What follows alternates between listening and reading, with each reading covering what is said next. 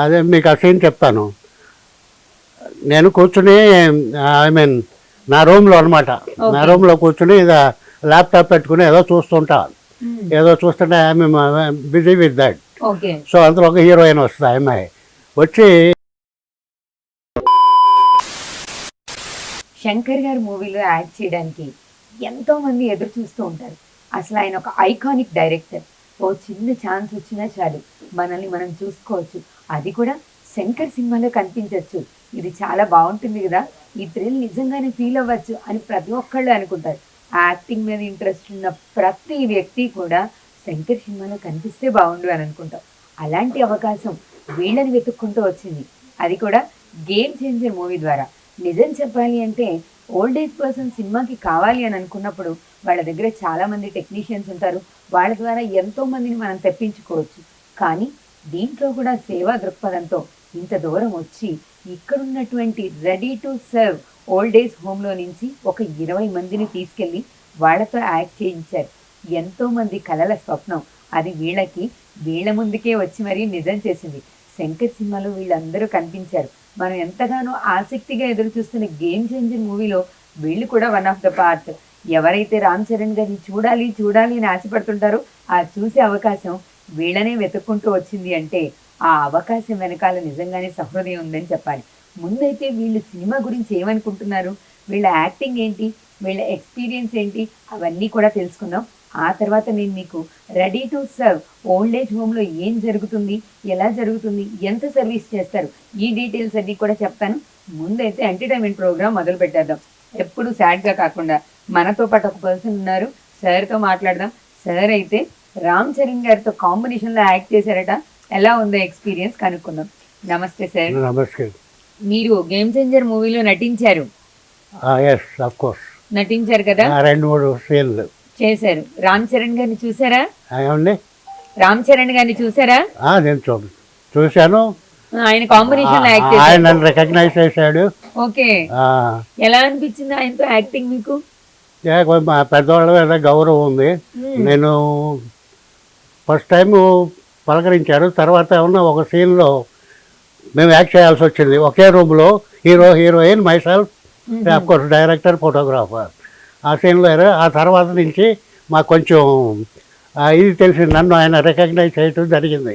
Okay, ఈ తర్వాత వచ్చినప్పుడంతా పలకరించేవాళ్ళు, వెళ్ళిపోతా కూడా, ఈవెన్ అర్జెంట్లో వెళ్ళిపోతా కూడా పలకరించేవాళ్ళు, బాగున్నారా అని. అంటే సైకిల్.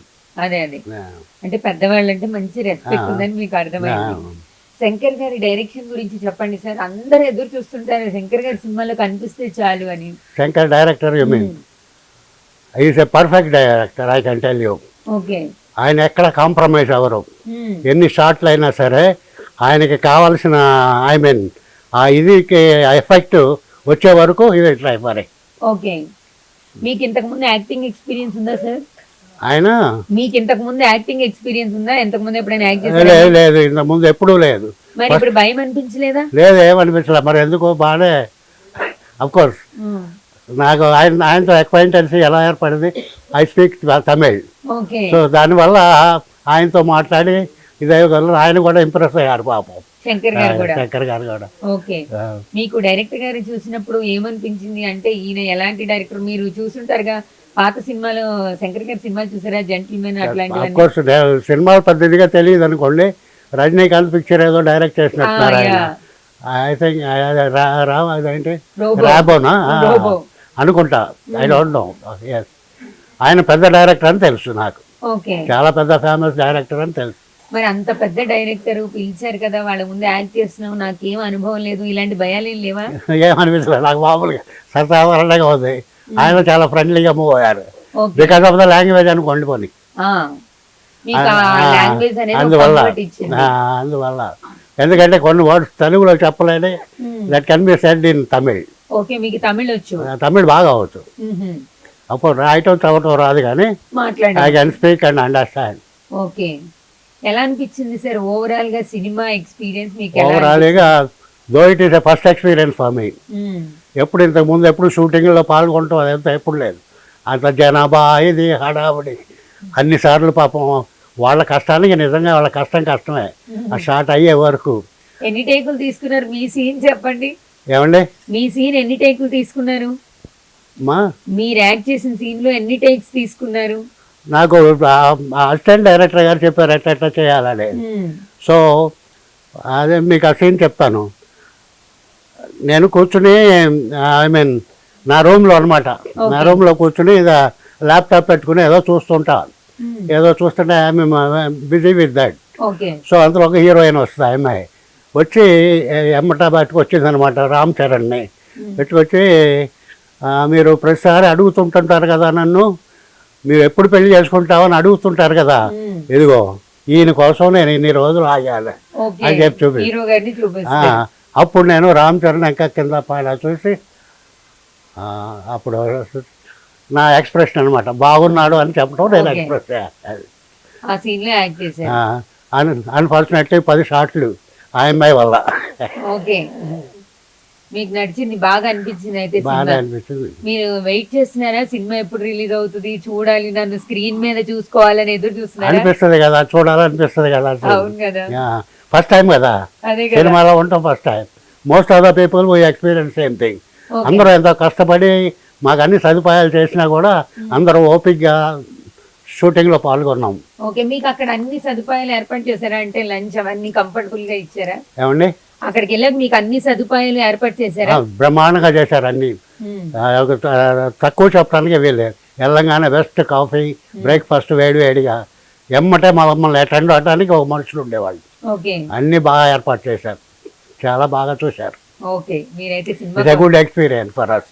సినిమా కోసం ఎదురు చూస్తున్నారు. ఎస్, సినిమా చూడడం కోసం.